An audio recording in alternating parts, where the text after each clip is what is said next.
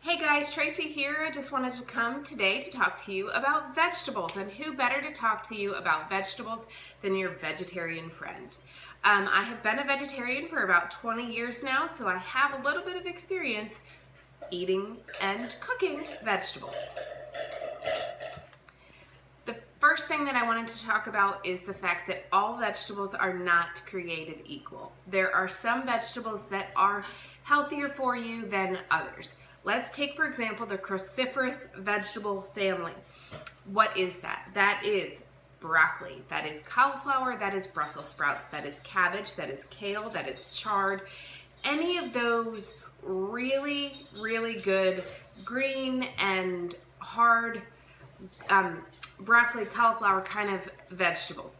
Those are they're like the king and queen of the vegetable family.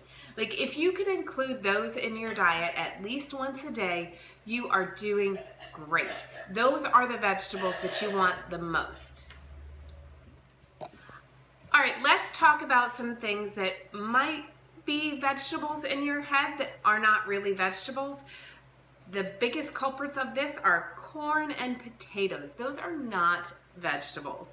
They are starches, they are carbs, they are not vegetables. Yes, there is there's really not much health benefit in corn. So just kind of try not to eat corn. Corn is really not that great of a vegetable for you.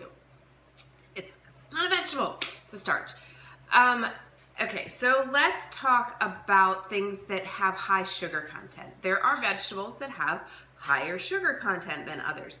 Let's talk carrots and beets.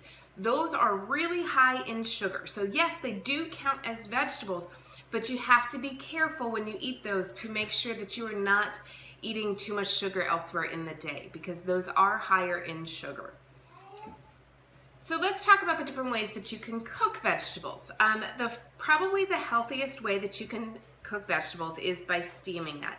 You lose the least amount of nutrients that way, and it's actually very, very easy. You just steam it. You don't want to over steam, because then you end up with soggy vegetables, and nobody wants that. So don't over steam. Other ways you can do it is you can saute them. I use coconut oil because that is an oil that can handle the high heat of sauteing or stir frying. You can roast. Roasting vegetables is one of my absolute favorite ways to eat vegetables. So let me just talk about this for a little bit. There are people that roast at like 425 to 450 when you put them in the oven. I personally don't like to do that. I feel like when you get that high heat, you're losing things in your vegetables. So what I do is I roast at 375, and I roast for a longer period of time. This will make it so that you are not getting up into that carcinogen range that sometimes roasting and broiling will get you, but you're still getting that great flavor of a roasted vegetable. All right, so now let's talk a little bit about how do you cook greens and actually have them taste good. A lot of people have trouble with this because, especially with things like kale, there's a lot of bitterness in kale. So first thing I'm going to talk, there is a couple different varieties of kale. They're all awesome. This, try to get it on the stalk though. Try not to just buy the bags of kale that are pre-chopped, because these are fresher usually, but a trick, people don't like to do that because the stem is in there, but there's a great trick for that. If you grab it at the top, you can just pull it down. I learned that at a farmer's market tour, and that has changed my life. But then I have this, and then I can just rip this. I don't even cut it, I rip it.